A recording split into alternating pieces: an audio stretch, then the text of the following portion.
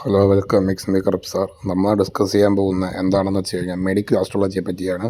ഒരു വേറെ വ്യത്യസ്തമായ ഒരു ടോപ്പിക്കാണ്. അപ്പോൾ നിങ്ങൾ എൻ്റെ വീഡിയോ ആദ്യമായിട്ടാണ് നിങ്ങൾ കാണുന്നത്, നിങ്ങൾ ലൈക്ക് ചെയ്യുക, സബ്സ്ക്രൈബ് ചെയ്യുക, ഷെയർ ചെയ്യുക, അടുത്തുള്ള ബെല്ലൈക്കൺ എനേബിൾ ചെയ്യുക. ഓക്കെ, അത്രയേ ഉള്ളൂ. അപ്പോൾ എനിക്കൊരു കാര്യം പറയാനുണ്ട്. അപ്പോൾ ഈ ഒരു മെഡിക്കൽ ആസ്ട്രോളജിയെ പറ്റി പറയുമ്പോൾ പല ആൾക്കാരും നെഗറ്റീവായിട്ട് അതിന് സാധ്യതയുണ്ട്. കാരണം എന്നാൽ പിന്നെ ഇവിടുത്തെ നമ്മളെ നാട്ടിലുള്ള പണിക്കന്മാരടുത്ത് കൊണ്ട് കൊടുത്താൽ പോലെ ഈ ആസ്ട്രോളജി അല്ലെങ്കിൽ തന്നെ ഈ ഡോക്ടർമാർ, നേഴ്സൊക്കെ ഇവിടെ എന്തിനാണ്? ഓക്കെ, അവന്മാർ ഇവിടെ കുണപ്പിക്കാൻ ഇരിക്കുകയാണോ? ഇല്ലെങ്കിൽ അന്ന് നിങ്ങളൊരു ചോദ്യം ചോദിക്കും. അത് മാത്രമല്ല, അങ്ങനെ ഒരുപാട് പേര് എനിക്ക് വരാറുമുണ്ട്. അതുകൊണ്ടാണ് അതുപോലത്തെ ആൾക്കാർ. അപ്പോൾ സത്യം പറഞ്ഞു കഴിഞ്ഞാൽ എനിക്ക് നിങ്ങളുടെ ഒരു കാര്യം പറഞ്ഞുള്ളത്, ഞാൻ സത്യം പറഞ്ഞാൽ വിമർശിക്കുന്നവിടത്ത് ഇപ്പോൾ നമുക്ക് ഹെൽത്തി ആയിട്ടുള്ളൊരു ഡിസ്കഷൻ എനിക്ക് താല്പര്യമുണ്ട്. ഒരു സമാധാനപരമായിട്ടുള്ള ഹെൽത്തി ആയിട്ടുള്ള ഒരു യുക്തിപൂർവമായ ഡിസ്കഷന് മാത്രമേ എനിക്ക് താല്പര്യമുള്ളൂ. അല്ലാതെ ആർഗ്യുമെൻ്റ് ചെയ്ത് അനാവശ്യമായ പ്രശ്നം ഉണ്ടാക്കാൻ വേണ്ടത് എനിക്ക് ഒട്ടും ഇഷ്ടമല്ല. അതിനെ എതിർത്ത് പറയുന്നുണ്ട്. ഓക്കെ, അത്രയേ ഉള്ളൂ.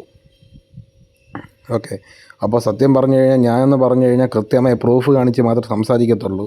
ഇപ്പോൾ നിങ്ങളെല്ലായിടത്തും നിങ്ങൾ കാണുന്ന ഒരു പരിപാടി ആസ്ട്രോളജേഴ്സ് വെറുതെ സമയം കളയുന്നത് മാത്രമേ നിങ്ങൾ കാണുന്നുള്ളൂ. ഇപ്പോൾ നിങ്ങൾ ടെലിവിഷൻ എടുത്ത് ആയിക്കോട്ടെ, ഏതെങ്കിലും ഇൻ്റർവ്യൂ ആയിക്കോട്ടെ, എവിടെ പോയാലും വെറുതെ സമയം കളയും. ഇവിടെ ശ്ലോകങ്ങളും തത്വങ്ങളും പറഞ്ഞ് വെറുതെ സമയം കളയും. പക്ഷേ ഞാൻ അങ്ങനെയല്ല. കൃത്യമായ പ്രൂഫുകൾ നിരത്തി വച്ചിട്ട് മാത്രമേ ഞാൻ തുടക്കത്തിൽ സംസാരം കുറവായിരിക്കും. അപ്പോൾ ഞാൻ പറയുന്നത് വെച്ച് കഴിഞ്ഞാൽ എത്ര വലിയ യുക്തിവാദി ആയിക്കോട്ടെ, എത്ര വലിയ എന്തോന്നാണ് ഈ പറയുന്ന വലിയ സയൻസിൻ്റെ അങ്ങ് പീക്ക് ലെവലായിക്കോട്ടെ, എത്ര വലിയ ഇതായിക്കോട്ടെ, ChatGPT, ജെമിനി എന്തെങ്കിലും എടുത്തിട്ട് വന്നാലും ഒരു കാര്യം ഞാൻ പറയാം, വെറും 4 മിനിറ്റ് മാത്രം മതി എനിക്ക് മിനിമം. എല്ലാത്തിനും ഇപ്പം എല്ലാത്തിനും ഒരു മറുപടി പോയാൽ എനിക്ക് തരാൻ വേണ്ടി വെറും 4 മിനിറ്റ് മതി. ഞാൻ ഒരു എക്സാമ്പിൾ പറഞ്ഞു, ഉപശോക്തി പറഞ്ഞാണ്, മനസ്സിലായില്ലേ? അത്രയും മതി എനിക്ക്, അത്രയേ ഉള്ളൂ. കാരണം നമ്മൾ പ്രൂഫ് കാണിച്ച് പറയുമ്പോൾ ഞാനിതൊക്കെ എങ്ങനെ പറയുമെന്ന് ചോദിച്ചു കഴിഞ്ഞാൽ അതൊരിക്കലും ശാസ്ത്രജ്ഞനെ കൊണ്ടോ അല്ലെങ്കിൽ വേറെ ഒന്നിനെ കൊണ്ടോ പഠിക്കുക. ഇപ്പോൾ എല്ലാവരും പറയും ഈ ആസ്ട്രോളജി എന്ന് പറഞ്ഞു കഴിഞ്ഞാൽ കോമൺ ആയിട്ട് എല്ലാവർക്കും ഉണ്ടാകുന്ന കാര്യം ഇങ്ങനെ പറഞ്ഞു പോകുന്നു എന്ന് പറയുന്നുണ്ട് ചില കൂട്ടർ. ചില ആൾക്കാർ പറയുന്നുണ്ട് ഇവരൊന്നും അങ്ങ് മൊത്തത്തിലൂടെ അങ്ങ് കൺഫേം ചെയ്തൊരു കാര്യവും പറയത്തില്ല, അങ്ങോട്ടും ഇങ്ങോട്ട് തൊട്ട് പറയും എന്ന് പറയുന്നുണ്ട്. അങ്ങനെയും കുറേ കാറ്റഗറി ഉണ്ട്. അപ്പോൾ ഇങ്ങനത്തുള്ള എല്ലാ ചിന്തഗതിയും ഉള്ള ആൾക്കാർ, ഇല്ലെങ്കിൽ എല്ലായിടത്തും കോമൺലി കണക്റ്റഡ് ആകുന്ന കാര്യങ്ങൾ എന്നും പറഞ്ഞ് ഒരുപാട് കാറ്റഗറീസ് ഓഫ് ആൾക്കാരും പറയുന്നുണ്ട്. അപ്പോൾ അങ്ങനത്തുള്ള എല്ലാ കാറ്റഗറീസ് ഓഫ് ആൾക്കാരടുത്തും ഇവർക്ക് കൃത്യമായിട്ടുള്ള അങ്ങനത്തെ രീതിയിൽ ഇല്ലെങ്കിൽ സയൻസ് പരമായിട്ടും സൈക്കോളജി പരമായിട്ടും അങ്ങനെയും കുറേ പറഞ്ഞു വരുന്ന ആൾക്കാരുണ്ട്. അപ്പോൾ ഇങ്ങനത്തെ എല്ലാ കാറ്റഗറീസ് ഓഫ് ആൾക്കാർക്കും എനിക്ക് ഉത്തരം കൊടുക്കാൻ വേണ്ടി മിനിമം ഒരു 4 മിനിറ്റ് മതി. അത് ജുബശാക്തി പറഞ്ഞാണ്, വെറും 4 മിനിറ്റ് മാത്രം മതി. മനസ്സിലായില്ലേ? എല്ലാത്തിനും ഉള്ളൊരു ഉത്തരം കൊടുക്കാൻ വേണ്ടി, അത് പ്രൂഫ് സഹിതം കാണിച്ച് കൊടുക്കാൻ വേണ്ടി. അപ്പോൾ എനിക്കൊരു കാര്യം പറയുള്ളൂ, ഞാൻ ഒരിക്കലും സംസാരിച്ച് സമയം കളയുന്ന ഒരാളെ അല്ല. മനസ്സിലായില്ലേ? അപ്പോൾ എന്നെ വെറുതെ തെറി വിളിക്കാനോ എന്നെപ്പറ്റി തെറി വിളിക്കാൻ വരുന്നത് ഞാൻ ഒരിക്കലും എടുക്കത്തൊന്നുമില്ല. മനസ്സിലായി? എൻ്റെ വാട്സപ്പിൽ തെറി വിളിക്കാനോ അല്ലെങ്കിൽ തന്നെ വെറുതെ ട്രോളാനോ വന്നിട്ട് ഒരു കാര്യമില്ല. യുക്തിപരമായി സംസാരിക്കാൻ താല്പര്യമുണ്ടെങ്കിൽ വരിക. ഓക്കെ, അത്രയേ ഉള്ളൂ. വിമർശനങ്ങളാവാം, പക്ഷെ അതിൽ കിടക്കരുത്. തെറി വിളി വേറെ പ്രശ്നങ്ങളിലോട്ടൊന്നും പോവല്ലേ. ട്രോൾ ആ പരിപാടിയൊന്നും വേണ്ട. യുക്തിപരമായി നിങ്ങൾക്ക് എന്ത് വേണോ പറയാം. ഓക്കെ, അത്രയേ ഉള്ളൂ. അപ്പോൾ എൻ്റെ നമ്പർ കൊടുത്തിട്ടുണ്ട്, നിങ്ങൾക്ക് വരാമെന്നുള്ളതാണ്. ഓക്കെ, ഞാൻ എപ്പോഴും ഇവിടെ ഓപ്പണാക്കി വെച്ചിരിക്കുകയാണ്. അപ്പോൾ നമുക്ക് വീഡിയോയിലോട്ട് പോകാം. ആദ്യമായിട്ട് പറയാനുള്ളത് എന്താണെന്ന് വെച്ച് കഴിഞ്ഞാൽ, നമ്മുടെ ലൈഫിൽ ഇപ്പോൾ ഒരു അസുഖം വന്നു കഴിഞ്ഞാൽ എല്ലാം നമ്മുടെ പൂർവികരുമായി ബന്ധപ്പെട്ടതാണ്. മനസ്സിലായില്ലേ? അത് ഉള്ളൊരു കാര്യമാണ്. അപ്പോൾ ഇപ്പോൾ പറയുന്ന പോലെ അപ്പൂപ്പൻ്റെ രോഗം ചെറുമകനെ വരുന്നു, അപ്പൂപ്പൻ്റെ രോഗം ഇപ്പോൾ വേറൊരാൾക്ക് വരുന്നു. അങ്ങനെ കൈമാറി വരുന്ന പൂർവികരമായി ഉദ്ദേശിക്കുന്ന കർമ്മപരമായി കൈമാറി വരുന്നൊരു കാര്യമാണ്. കർമാറ്റിക് എന്ന് വേണമെങ്കിൽ പറയാം. മനസ്സിലായില്ലേ? അത്രയേ ഉള്ളൂ. ഇതെന്തുകൊണ്ടുണ്ടാകുമെന്ന് ചോദിച്ചു കഴിഞ്ഞാൽ, ഇപ്പോൾ ഒരു കുടുംബത്തിൽ തന്നെ ഒരു കുടുംബത്തിൽ തന്നെ പല ആൾക്കാരും കാണും, ഒരു തലമുറയെ തന്നെ. അപ്പോൾ ഒരു പ്രത്യേക പാറ്റേണുള്ള തലമുറയിൽ ചില ആൾക്കാർ അവർ ചെയ്യേണ്ട ജോലി അവർ ചെയ്യുന്നില്ല, അവർ ചെയ്യേണ്ട കർമ്മങ്ങൾ ചെയ്യുന്നില്ല, ഇല്ലെങ്കിൽ അവർക്ക് കിട്ടിയ കർമ്മങ്ങളോ നെഗറ്റിവിറ്റി യൂസ് ചെയ്യുന്നുണ്ട്. അങ്ങനെയൊക്കെ വരുമ്പോൾ ഇത് അടുത്ത തലമുറയിലോട്ട് ട്രാൻസ്ഫർ ആയിട്ട് വരും. ഇത് ട്രാൻസ്ഫർ ആയിട്ട് വന്നു കഴിഞ്ഞാൽ ഇത് സംഭവിക്കുന്നത് വെച്ച് കഴിഞ്ഞാൽ അതുമായി ബന്ധപ്പെട്ട കാലഘട്ടത്തിലുള്ളൊരു പ്രശ്നം ഈ പറയുന്ന വ്യക്തിക്ക് ഉണ്ടാകും. ഒരു ഉദാഹരണം നമുക്ക് വേണമെങ്കിൽ പറയാം. ഇപ്പോൾ എന്തോന്നാണ്, ചൊവ്വയുടെ അണ്ടറിലുള്ള ഈ പറയുന്ന റിയൽ എസ്റ്റേറ്റ്, സ്പോർട്സ്, ഫിറ്റ്നസ്, അങ്ങനെ എന്തോ ആയിക്കോട്ടെ, ബ്ലഡ്, എന്തോ ആയിക്കോട്ടെ. അപ്പോൾ ഞാനൊരു കാര്യം പറയാം. ഒരു വ്യക്തിയുടെ കുടുംബത്തിൽ ഒരു വ്യക്തി റിയൽ എസ്റ്റേറ്റുമായി ബന്ധപ്പെട്ട് കച്ചവടം ചെയ്ത് ബാക്കിയുള്ളവരെ പറ്റിച്ച് റിയൽ എസ്റ്റേറ്റ് ബന്ധമായി ഒരുപാട് കള്ളത്തരവും അതേപോലെ തന്നെ ഒരുപാട് പറ്റിപ്പുകൾ നടത്തിയ ഒരു വ്യക്തി ഉണ്ടെന്ന് വിചാരിക്കുക. അപ്പോൾ ഈ വ്യക്തിക്ക് വലിയ ഇതിന് പ്രശ്നമൊന്നും വരും, അത് നമുക്ക് വിടാം. പക്ഷേ ഇതിൻ്റെ ഈ പറയുന്ന പോലെ ഈ വ്യക്തിയുടെ ബാക്കി തലമുറയിൽ ഇത് കൈമാറി വരും. ഈ ചെയ്ത വ്യക്തിയുടെ മിസ്റ്റേക്ക് കൈമാറി വരും. അതിൻ്റെ സൈഡ് എഫക്റ്റ് എങ്ങനെയായിരിക്കും? ഈ പറയുന്ന അവരുടെ കുട്ടികൾക്കോ അല്ലെങ്കിൽ അടുത്ത തലമുറകൾക്കോ ബ്ലഡ് റിലേറ്റഡ് ആയിട്ട് റിയൽ എസ്റ്റേറ്റ് പരമായിട്ടും അല്ലെങ്കിൽ തന്നെ സഹോദര സമ്മതമായിട്ടും ഇതിൻ്റെ ഓപ്പോസിറ്റ്, ഈ ചൊവ്വയുടെ കാര്യകത്വമുള്ളതിൻ്റെ നേരെ ഓപ്പോസിറ്റ് കാര്യങ്ങൾ ഈ പറയുന്ന വ്യക്തികളുടെ ലൈഫിൽ നടക്കും എന്നുള്ളൊരു കാര്യമാണ്. റിയൽ എസ്റ്റേറ്റ് പരമായിക്കോട്ടെ, ഇല്ലെങ്കിൽ ബ്ലഡ് സംബന്ധമായിക്കോട്ടെ, ഇല്ലെങ്കിൽ അങ്ങനത്തെ കാര്യങ്ങൾ ചൊവ്വയുടെ അണ്ടറിൽ വരുന്ന എല്ലാ തരത്തിലുള്ള മെഡിക്കൽ ഇഷ്യൂസും ഈ പറയുന്ന വരും തലമുറയിലോട്ട് കൈമാറിപ്പോകും എന്നുള്ളൊരു കാര്യമാണ്. അതിൻ്റെ റീസൺ എന്തുകൊണ്ടാണ്? ഈ പറയുന്ന വ്യക്തി റിയൽ എസ്റ്റേറ്റുമായി ബന്ധപ്പെട്ട് തട്ടിപ്പും വെട്ടിപ്പും നടത്തി അതിന് സൈഡ് എഫക്റ്റ്. അപ്പോൾ കർമ്മ ഇല്ല എന്നൊക്കെ നിങ്ങൾ പറഞ്ഞു വരികയാണെങ്കിൽ ഞാൻ പ്രൂഫ് നിർത്തി മാത്രമേ സംസാരിക്കത്തുള്ളൂ, മനസ്സിലായില്ലേ? അപ്പോൾ അത്രയേ ഉള്ളൂ. അപ്പോൾ പ്രൂഫ് നമ്മളെ കയ്യിലുണ്ട്. അപ്പോൾ പ്രൂഫ് മീൻസ് അത് നിങ്ങളുടെ ലൈഫിൽ തന്നെ ഞാൻ തെളിയിച്ച് കാണിക്കുന്നൊരു കാര്യമാണ്. അത്രയേ ഉള്ളൂ. അപ്പോൾ അത് മാത്രമേ ഉള്ളൂ. അപ്പോൾ കർമ്മയുണ്ട് എന്ന് പറയുന്നത് ഉറള്ളൊരു കാര്യമാണ്, മനസ്സിലായില്ലേ? അത്രയേ ഉള്ളൂ. പിന്നെ അടുത്തൊരു കാര്യം എന്ന് പറഞ്ഞു കഴിഞ്ഞാൽ എന്തോ ബാലൻസിങ് നടക്കുന്നില്ല എന്നൊരു കാര്യമാണ്. എക്സാമ്പിൾ ഞാനൊരു കാര്യം പറയാം. ഈ ഒരു വ്യക്തി വിദേശത്ത് പോയി പൈസ ഉണ്ടാക്കി, എന്നാൽ ഈ പറയുന്ന വ്യക്തിയുടെ പൂർവികർ മീൻസ് അവരെന്ന് പറഞ്ഞ് സമൂഹത്തിന് സേവനം ചെയ്ത് നല്ല രീതിക്ക് പൊയ്ക്കൊണ്ടിരുന്ന ഒരു വ്യക്തികളായിരിക്കാം.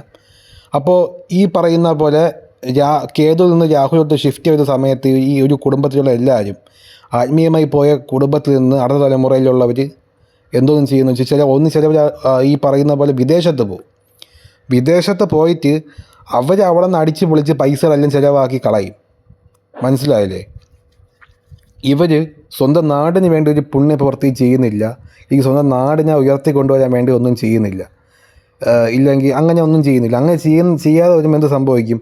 ഈ വ്യക്തി സമ്പാദിക്കുന്ന പകുതി കൂടുതൽ പൈസയും എങ്ങനെ പോകുമെന്ന് വെച്ച് കഴിഞ്ഞാൽ ഈ പറയുന്ന പോലെ വിദേശത്ത് ഇരുന്നിട്ട് കാര്യമില്ല, സ്വന്തം ജനിച്ച നാട്ടിലൊന്നും ചെയ്യുന്നില്ല ആൾ.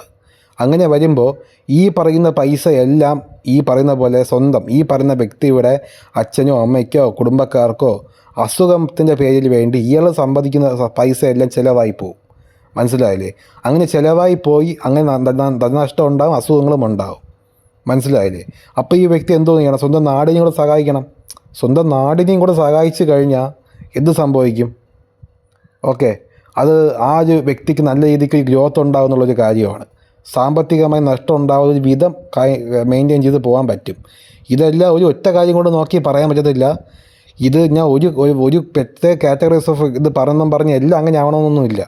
അതുപോലെ ഹൊറോസ്കോപ്പ് വെച്ച് നോക്കിയാൽ മാത്രമേ കൃത്യമായി മനസ്സിലാക്കാൻ പറ്റൂ. അതൊന്നും എടുത്തു ചാടി ഉടനെ ഇങ്ങനെ ചെയ്യാൻ പോകരുത്, മനസ്സിലായില്ല? അത്രയേ ഉള്ളൂ.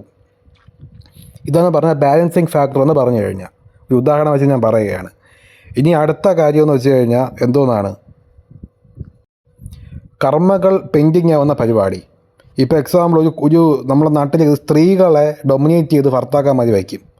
ഇവരെ പണിക്ക് വിടത്തില്ല, ഇവരെ സ്വപ്നത്തിനനുസരിച്ച് ഇവർ സഞ്ചരിക്കാൻ സമ്മതിക്കത്തില്ല. ഈ സ്ത്രീകളെ ജോലിക്ക് വിടാതെ നിൽക്കുന്ന ഒരുപാട് പുരുഷന്മാരെ ഞാൻ കണ്ടിട്ടുണ്ട്. ഇല്ലെങ്കിൽ തിരിച്ചും ആയിക്കോട്ടെ, ഓക്കെ, എങ്ങനെ ആയിക്കോട്ടെ, ഒരു പക്ഷം മാത്രം പിടിക്കണമെന്നല്ല. അപ്പോൾ അങ്ങനെ വരുമ്പോൾ എന്ത് സംഭവിക്കുമെന്ന് വെച്ച് കഴിഞ്ഞാൽ ഇവർക്ക് ചെയ്യേണ്ട റെസ്പോൺസിബിലിറ്റി ജോലികളുണ്ട്. ഇപ്പോൾ ടോക്സിക് പാരൻറ്റിങ് ആയിക്കോട്ടെ, കുട്ടികളുടെ കേസ് നമുക്ക് എടുത്ത് നോക്കാം. അപ്പോൾ ഓരോരോ വ്യക്തികൾ ചെയ്യേണ്ട കടമകളുണ്ട്. ആ കടമകൾ വേറൊരു വ്യക്തി കാരണം മുടങ്ങിപ്പോവുക, മനസ്സിലായി? എക്സാമ്പിൾ, ഒരു ഭാര്യയ്ക്ക് ഡോക്ടർ ആവുക അല്ലെങ്കിൽ ടീച്ചർ ആവാൻ താല്പര്യമുണ്ടെങ്കിൽ എന്തോ നീ ഭർത്താവ് പറയും നീ ജോലിക്ക് പോകണ്ടെന്ന് പറഞ്ഞു കഴിഞ്ഞാൽ ആ കർമ്മ അവിടെ പെൻഡിങ്ങാണ്. സൂര്യൻ്റെ കാലഘട്ടമുള്ള ഒരു കർമ്മ അവിടെ പെൻഡിങ്ങാണ്. ഇനി നെക്സ്റ്റ് എന്ത് സംഭവിക്കും? ഇനി അടുത്ത തലമുറ ഉണ്ടാകുന്ന സമയത്ത് ഇതേ കർമ്മ കൈമാറി വേറൊരു തലമുറയിലോട്ട് വരും തലമുറയിലോട്ട് കൈമാറിപ്പോകും. അങ്ങനെ കൈമാറി പോകുമ്പോൾ ആ സൂര്യൻ്റെ കാലഘട്ടമുള്ള ഇപ്പോൾ ഹാർട്ട് സംബന്ധമായിട്ടും കണ്ണ് സംബന്ധമായിട്ടും ഓക്കെ അങ്ങനത്തെ അസുഖങ്ങളൊക്കെ വരാൻ സാധ്യത. ഇല്ലെങ്കിൽ ഈ അസ്ഥി സംബന്ധമായിട്ടൊക്കെ ഒരുപാട് അങ്ങനത്തെ സൂര്യൻ്റെ കാലഘട്ടമുള്ള അസുഖങ്ങൾ ഈ പറയുന്ന വ്യക്തിയുടെ വരും തലമുറയിൽ കൈമാറിക്കൊണ്ടേയിരിക്കും. അപ്പോൾ കർമ്മ പെൻഡിങ്ങാണ്. അപ്പോൾ സ്ത്രീകളെ അതുകൊണ്ടാണ് ഞാൻ സ്ത്രീകളെ എല്ലാവരും പണിക്ക് വിടുക. ഒരു ഭർത്താക്കന്മാർ സ്ത്രീകളെ പണിക്ക് വിടാതിരിക്കാൻ പാടില്ല, ഇല്ലെങ്കിൽ അതിനെ പണിക്ക് വിടാതിരിക്കാൻ പിടിച്ചു വയ്ക്കാൻ പാടില്ല. അവരെ ഡ്രീമിന് അവരെ വിട്ട് കൊടുക്കുക. ഇല്ലെങ്കിൽ എന്തോന്ന് വെച്ച് കഴിഞ്ഞാൽ ഇതിന് സൈഡ് എഫക്റ്റ് വരുന്നത് നിങ്ങളുടെ കുട്ടികളിലൂടെ ആയിരിക്കും. കുട്ടികളിലൂടെയും വരും, തലമുറയിലൂടെയും വരും, കുറച്ച് നിങ്ങൾക്കും വരും. ഇങ്ങനെയാണ് ഈ കർമ്മ പോകുന്നത് എന്ന് പറയുമ്പോൾ. അപ്പം മെഡിക്കൽ ആസ്ട്രോളജിക്ക് അങ്ങനെ ഒരു കാര്യവും കൂടെ ഉണ്ട്. പിന്നെ ബാലൻസിങ്. ഇപ്പോൾ ഒരു വ്യക്തിക്ക് അസുഖമുണ്ടെങ്കിൽ എന്ത് ചെയ്യാൻ പറ്റും? ആ അസുഖത്തിനെ ബാലൻസ് ചെയ്ത് കൃത്യമായിട്ട് നിർത്താൻ പറ്റും. അതിന് ഭാവോദ്ഭാവം എന്ന് വേണമെങ്കിൽ നമുക്ക് പറയാം. അതിന് ഇപ്പോൾ എക്സാമ്പിൾ നിങ്ങളുടെ 8ാമത്തെ ഭാവത്തിൻ്റെ നേരെ 8ാമത്തെ ഭാവം നമ്മൾ നോക്കിയാൽ മതി. അതിലുള്ള ഗ്രഹങ്ങളും കാര്യങ്ങളൊക്കെ നമ്മൾ കൃത്യമായി നോക്കിക്കഴിഞ്ഞാൽ ആ ഒരു സംഭവം വെച്ച് നമുക്ക് എന്തോ ചെയ്യാം, ആ അസുഖത്തിനെ ബാലൻസ് ചെയ്ത് കൊണ്ടുപോകാനും ഒരുപക്ഷത മാറ്റാനും പറ്റും. മനസ്സിലായില്ല? അങ്ങനെ മീൻസ് ഇപ്പോൾ എക്സാമ്പിൾ ഞാൻ പറയാം. എക്സാമ്പിൾ ഇപ്പോൾ എത്ര പേർക്ക് മനസ്സിലാവുമെന്ന് പറയാൻ പറ്റും. എങ്കിൽ ഇതാണ് ഒരു കാര്യം. മനസ്സിലായില്ലേ? അപ്പോൾ ബാലൻസിങ് കൃത്യമായി നടന്നു കഴിഞ്ഞാൽ ഒരു തിയറിയാണിത്. ഇത് നടന്നു കഴിഞ്ഞാൽ അസുഖങ്ങളിൽ നിന്ന് ഒരു വീതിക്ക് അത് കൈമാറി എന്തോന്ന് ചെയ്യാൻ പറ്റും, മറ്റു തലമുറകളോട് ഇങ്ങനെ പൊയ്ക്കൊണ്ടിരിക്കും. അതിൻ്റെ ഒരു പ്രശ്നം വരും തലമുറകളിൽ ഉണ്ടാവാതെ ഇരിക്കാനുള്ള സംഭവം ഉണ്ടായിരിക്കും. മനസ്സിലായില്ലേ? പിന്നെ ഏതൊരു ഗ്രഹമാണ് നിങ്ങളുടെ ലൈഫിൽ നെഗറ്റീവായിട്ട് നിങ്ങൾ അസുഖം തരുന്നത്, ആ ഗ്രഹത്തിനെ പോസിറ്റീവായി കഴിഞ്ഞാലും അതിനെ ബാലൻസ് ചെയ്ത് വെച്ചാലും ഈ അസുഖങ്ങളിൽ നിന്നൊരു വിധം നമുക്ക് എന്തോന്ന് ചെയ്യാം, ഒന്നീ മറ്റുള്ള തലമുറയിൽ നിന്ന് കൈമാറാതെ നമുക്ക് നോക്കാം. ഇല്ലെങ്കിൽ എന്തോന്ന് ചെയ്യാം, ഈ അസുഖം നിങ്ങളുടെ ലൈഫിൽ നിന്ന് തന്നെ ഒരു വിധം ബാലൻസ് ചെയ്ത് നിർത്താനും വരെയുള്ള ഇത് ഉണ്ടാവും. മനസ്സിലായില്ല? അത്രയേ ഉള്ളൂ, വേറെ ഒന്നുമില്ല. ഓക്കെ, ഇതാണ് പറയുന്നത്. അപ്പോൾ ഒരു ഉദാഹരണം പറയാം. എൻ്റെ ഒരു സാറ് കൺസൾട്ടേഷൻ എടുക്കാൻ വേണ്ടി വന്നു. അപ്പോൾ പുള്ളി കണ്ടാലും കുഴപ്പം, ഞാനൊരു എക്സാമ്പിൾ പോലെ പറയണം. എന്താണെന്ന് വെച്ച് കഴിഞ്ഞാൽ, പുള്ളി എന്ന് പറഞ്ഞാൽ കുട്ടികൾ ഒരുപാട് അടിക്കുന്ന ഒരു ടോക്സിക്കായിട്ടുള്ളൊരു സാറാണ്. ടോക്സിക്കായിട്ടുള്ള ഒരാളാണ്. എന്ന് വെച്ച് കഴിഞ്ഞാൽ പണ്ട് മുതലേ ഈ പറയുന്ന വ്യക്തി, ഈ ആൾക്ക് പെട്ടെന്ന് ഭയങ്കര ദേഷ്യമുള്ള ഭയങ്കര ഇതാണ് ബ്ലഡ് പ്രഷർ, അല്ലെങ്കിൽ നല്ല ദേഷ്യമുള്ള ഒരാളാണ്. ഈ പറയുന്ന ആൾ കുട്ടികളെ സ്ഥിരമായിട്ട് ചുഴൽ കൊണ്ട് അടിക്കുകയും ബ്രൂട്ടലായിട്ട് പഠിപ്പിച്ച് അങ്ങനെ ഈ പറയുന്ന ആളെന്ന് പറഞ്ഞു കഴിഞ്ഞാൽ നിരമ്പ് സംബന്ധമായിട്ട് എന്തൊരു വെയിൻ ക്യാൻസർ അങ്ങനെ എന്തോ സംഭവം ഉള്ളൊരു കുട്ടിയെ സ്ഥിരമായിട്ട് ഈ പറയുന്ന ഒരു ആൾ അടിക്കുമായിരുന്നു. അങ്ങനെ അടിച്ചടിച്ച് ഈ പറയുന്ന പോലെ ഒരു പ്രശ്നം ഉണ്ടായി. അപ്പോൾ അയാൾക്ക് വേറെ പ്രശ്നമൊന്നും ഉണ്ടായിട്ടില്ല. ഇത് വന്നത് എങ്ങനെയാണെന്ന് വെച്ച് കഴിഞ്ഞാൽ, ഈ പറയുന്ന ആളിൻ്റെ കുട്ടിക്കാണ് ഈ പ്രശ്നം ട്രാൻസ്ഫർ ആയത്. കാരണം ഈ പറയുന്ന കുട്ടിക്ക് ഈ പറയുന്ന പോലെ കമ്മ്യൂണിക്കേഷനുമായി ബന്ധപ്പെട്ട പ്രശ്നമുണ്ടായി, ഞരമ്പ് സംബന്ധമായിട്ടുള്ള പ്രശ്നമുണ്ടായി. അതുപോലെ തന്നെ ഈ പറയുന്ന ബുധൻ്റെ കാലഘട്ടമുള്ള കാര്യങ്ങളെല്ലാം നെഗറ്റീവായിട്ട് ഈ കുട്ടിക്ക് വന്ന് പ്രശ്നങ്ങളുണ്ടായി. മനസ്സിലായില്ലേ? അപ്പോൾ ഈ കുട്ടി എന്തോന്ന് ചെയ്യണം, അത് കർമ്മ മാറ്റാൻ വേണ്ടി ഇതേപോലെ കുട്ടികളെ ഈ പുള്ളി എന്ത് ചെയ്തു അതിൻ്റെ ഓപ്പോസിറ്റ് കാര്യങ്ങൾ ചെയ്യണം. മനസ്സിലായില്ലേ? ഇപ്പോൾ ബുക്കുകൾ ദാനം ചെയ്യണം, ഡോക്യുമെൻ്റുമായി ബന്ധപ്പെട്ട ആൾക്കാർ സഹായിക്കണം. മനസ്സിലായില്ലേ? അപ്പോൾ ഇങ്ങനെ ചെയ്ത് വരുമ്പോൾ ഈ പറയുന്ന കുട്ടികളെ ബാലൻസ് ചെയ്ത് നിർത്താനും പറ്റും. അത് മറ്റുള്ള തലമുറയിൽ കൈമാറി പോവാതിരിക്കാനും പറ്റും. ഇതിനെയാണ് മെഡിക്കൽ ആസ്ട്രോളജി എന്ന് പറയുന്നത്. മനസ്സിലായി? കർമ്മപരമായിട്ടും ബാലൻസിങ്ങും കർമ്മ പെൻഡിങ്ങും ഇതെല്ലാം കൊണ്ട് ഉണ്ടാകുന്നതാണ് മെഡിക്കൽ പ്രോബ്ലം എന്ന് പറയുന്നത്. മനസ്സിലായി? ഇത് നമുക്ക് ചെറിയ രീതിക്ക് ബാലൻസ് ചെയ്ത് നിർത്താനും പറ്റും. അപ്പോൾ പൂർണ്ണമായ സൊല്യൂഷൻ വേണമെങ്കിൽ എന്തോന്ന് ചെയ്യണം, നിങ്ങൾ വേറെ നോക്കണം, ഡോക്ടർമാരെ പോയി കണ്ട് നിങ്ങൾ നോക്കണം. മനസ്സിലായില്ലേ? അത്രയേ ഉള്ളൂ. ഇപ്പോൾ എക്സാമ്പിൾ, ഇപ്പോൾ ഒരാൾ റോഡിൽ വണ്ടി ഇടിച്ച് കിടക്കുകയാണ്, ഇല്ലെങ്കിൽ പെട്ടെന്ന് ഒരാൾക്കൊരു ഹാർട്ടിന് അസുഖമാണ്, ഉടനെ പണിക്കന്മാരെ കൊണ്ടുപോയി കഴിഞ്ഞാൽ നടക്കത്തൊന്നുമില്ല. മനസ്സിലായില്ലേ? അതിന് വേറെ ആൾ തട്ടിപ്പോവും. അത്രയേ ഉള്ളൂ. അതുകൊണ്ടാണ് ഞാൻ പറയുന്നത്, ഇല്ലെങ്കിൽ ഒരു വലിയ മാരകമായ അസുഖങ്ങൾ, ഒരു സർജറിക്ക് നിൽക്കുന്നത്, അങ്ങനെ കൊണ്ടുപോയി നിങ്ങൾ ഡോക്ടറെ പോയി കാണിക്കേണ്ട കാര്യമുള്ളൂ. മനസ്സിലായില്ലേ? ആസ്ട്രോളജിനെ പോയി കാണിച്ചു കഴിഞ്ഞാൽ ആൾ തട്ടിപ്പോവും ആ നേരം കൊണ്ട്. അത്രയേ ഉള്ളൂ. അപ്പോൾ ഇതെന്ന് പറഞ്ഞാൽ ഗൈഡൻസ് പോലെ മാത്രം നിങ്ങൾ എടുക്കുക. ഗൈഡൻസ് എന്ന് വേണമെങ്കിൽ നമുക്ക് പറയാം. ഇതിങ്ങനെ നിങ്ങൾ എടുത്തു കഴിഞ്ഞാൽ വേറെ പ്രശ്നം. ഇതാണ് മെഡിക്കൽ ആസ്ട്രോളജി എന്ന് പറയുമ്പോൾ. അപ്പോൾ എൻ്റെ അടുത്ത് ഞാനൊരു കാര്യം പറയുന്നുണ്ട്, എന്നെ ദയവ് ചെയ്ത് എൻ്റെ നമ്പർ വന്ന് എഴുത്താൻ തെറി വിളിക്കല് എന്നാണ് എനിക്ക് പറയാനുള്ളത്. മനസ്സിലായില്ലേ? അത്രയേ ഉള്ളൂ. അപ്പോൾ അങ്ങനെ വരുന്നവരുടെ എനിക്ക് കൃത്യമായി ഞാനെന്ന് പറഞ്ഞാൽ വെറുതെ നിങ്ങൾക്ക് ഒരു കാര്യം ചെയ്യും, നിങ്ങളൊരു ഡിബേറ്റിന് വേണ്ടി എന്തായാലും ഗൂഗിൾ മീറ്റോ ഇല്ലെങ്കിൽ വേറെ ക്ലബ് ഹൗസോ ഇല്ലെങ്കിൽ വേറെ എന്താണെന്ന് വെച്ചാൽ നിങ്ങൾ ഒപ്പിച്ചുകൊണ്ട് വാ, നമുക്ക് അവിടെ സംസാരിക്കാം. എനിക്കിവിടെ നിങ്ങൾ ഈ കമൻറ്റ് ബോക്സിൽ വന്നിട്ട് ഇപ്പോൾ കഴിഞ്ഞ പ്രാവശ്യം ലയണൽ മെസ്സിയുടെ കാര്യത്തിൽ ഞാൻ നെഗറ്റീവ് കമൻറ്റ്സ് വന്നു, അതൊക്കെ കുറേ നല്ലത് ജെന്യൂൻ ആയിട്ടുള്ളൊരു കാര്യം, തെറി വിളിയോ കാര്യങ്ങളൊന്നും ആയിട്ടൊന്നുമില്ല. പക്ഷേ ഞാൻ പറയുന്നൊരു കാര്യം, അപ്പോൾ ഇങ്ങനെയുള്ള ഒരു ഡൗട്ട്, ആസ്ട്രോളജി തെറ്റാണെന്നുള്ളൊരു ഡൗട്ട് ഉണ്ടെങ്കിൽ എനിക്ക് തെളിയിക്കുന്നുള്ളൊരു കൃത്യമായ ഒരു പ്ലാറ്റ്ഫോം നിങ്ങൾ ഒരുക്കി തന്നു കഴിഞ്ഞാൽ നമ്മൾ അതുപോലെ നമ്മൾ നോക്കുന്നതായിരിക്കും. നമ്മളൊന്നെങ്കിൽ പ്രൂഫ് നിരത്തി മാത്രമേ നമ്മൾ സംസാരിക്കത്തുള്ളൂ. ഞാൻ ഒരുപാട് ചലഞ്ച് എടുത്തിട്ടുണ്ട്. കാരണം എന്താണെന്ന് വെച്ച് കഴിഞ്ഞാൽ ഒരുപാട് ചലഞ്ചുകൾ ഞാൻ എടുത്തിട്ടുള്ള ഒരാളാണ് ഗൂഗിൾ മീറ്റ് ആയിക്കോട്ടെ, ക്ലബ് ഹൗസ് ആയിക്കോട്ടെ. പക്ഷേ എന്താണെന്ന് വെച്ച് കഴിഞ്ഞാൽ ഒരു മൊബൈൽ ഫോൺ മാത്രമേ ഉണ്ടായിട്ടുള്ളൂ. ഞാൻ ഈ ചലഞ്ച് ചെയ്യാൻ വേണ്ടി വച്ചിരുന്ന സമയത്ത് ഞാൻ റെക്കോർഡിങ് എൻ്റെ വോയിസ് കിട്ടത്തില്ല, ഇല്ലെങ്കിൽ അവരുടെ വോയിസ് കിട്ടത്തില്ല. അങ്ങനെ ഈ വോയിസിൻ്റെ പ്രോബ്ലം വേണതുകൊണ്ട് തന്നെ ഒരു ദിവസം ലൈവ് ചെയ്തിട്ടുണ്ട്. ലൈവിന് ഞാൻ വന്നിട്ടുണ്ട് യൂട്യൂബിൽ. അപ്പോൾ എന്ത് സംഭവം എന്ന് വെച്ച് കഴിഞ്ഞാൽ യൂട്യൂബ് ലൈവിൽ 2 മൊബൈൽ ഫോൺ ഉണ്ടെങ്കിൽ സംഭവം സെറ്റാവുള്ളൂ. ഒരു മൊബൈൽ ഫോൺ മാത്രമേ നിലവിലുള്ളൂ എനിക്ക്. അപ്പോൾ അങ്ങനെ വരുമ്പോൾ ഈ വോയിസ് ക്ലിയറായിട്ട് കിട്ടത്തില്ല. അതാണ് പ്രശ്നം, മനസ്സിലായില്ലേ? അപ്പോൾ ഞാൻ ഈ ഇതേപോലെ ഞാൻ പ്രൂവ് ചെയ്യുന്ന സമയത്ത് വേറെ ആരെങ്കിലും സ്ക്രീൻ റെക്കോർഡ് ചെയ്ത് ഒന്ന് ഹെൽപ്പ് ചെയ്ത് തരികയാണെങ്കിൽ അത്രയും ഉപകാരം, മനസ്സിലായില്ലേ? എനിക്ക് ഇത് കൂടുതൽ പ്രൂവ് ചെയ്തിട്ടുള്ളൊരു പ്രൂഫ് എനിക്ക് ജനങ്ങളിലോട്ട് എത്തിച്ചു കൊടുക്കാൻ, നിങ്ങൾക്കത് മനസ്സിലാവുന്ന രീതിയിൽ അത് എത്തിക്കാനും എന്നെക്കൊണ്ട് പറ്റുമെന്നുള്ളൊരു കാര്യമാണ്. അത് മാത്രമേ എനിക്ക് വേറെ പ്രശ്നമുള്ളൂ, വേറൊന്നുമില്ല.